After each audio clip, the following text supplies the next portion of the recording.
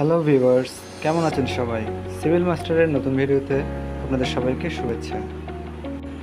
আজকে আমরা প্লাস্টারের এস্টিমেট হিসাব বের করব। সাইট ইঞ্জিনিয়ার এবং ফ্রেশারদের জন্য এটি একটি গুরুত্বপূর্ণ বিষয়। আমরা সাধারণত 3 ধরনের প্লাস্টার করে থাকি: সিলিং বা আরসিসি সারফেসে 1/2 ইঞ্চি পুরুত্বে, গাঁথুনির সল সাইডে 3/4 পুরুত্বে, আর গাঁথুনির রাফ সাইডে 1 ইঞ্চি পুরুত্বে প্লাস্টার করে থাকি। আজকে আমরা 1500 বর্গফুট প্লাস্টার এস্টিমেট করব। তাহলে শুরু করা যাক। মনে করি প্লাস্টারের পুরুত্ব 3/4 ইঞ্চি আর অনুপাত 1:4। তাহলে প্লাস্টারের ভেজা মশলার পরিমাণ 1500 × 0.75 অর্থাৎ 3/4 ইঞ্চি ভাগ 12,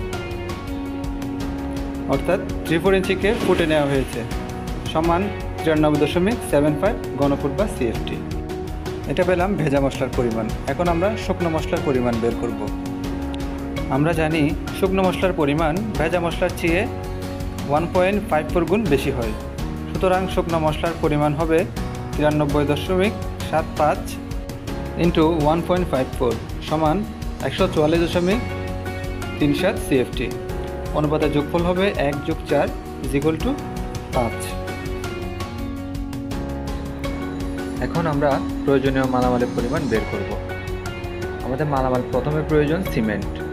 তাহলে সিমেন্ট বের করার জন্য 144.37 × 1 / 5 সমান 28.87 / 1.25 সমান 23.1 বা 24 ব্যাগ।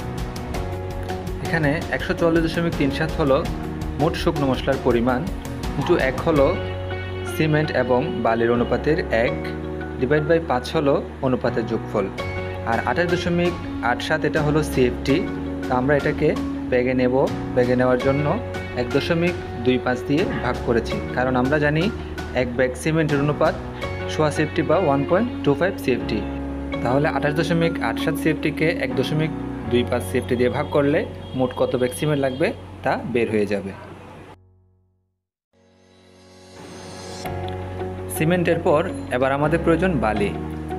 বালি বের করার জন্য 144.37 × 4 / 5 সমান 115.50 ঘনফুট। এখানে 144.37 হলো মোট শুকনো মশলার পরিমাণ, সাথে অনুপাতের 4 গুণ হয়েছে এবং অনুপাতের যোগফল দ্বারা 5 দ্বারা ভাগ করা হয়েছে। তাহলে মোট কত ঘনফুট বালি লাগবে সেটা আমরা পেয়ে গেলাম। আমাদের ভিডিওটি দেখে যদি উপকৃত হয়ে থাকেন তাহলে অবশ্যই ভিডিওটি শেয়ার করবেন। ধন্যবাদ সবাইকে।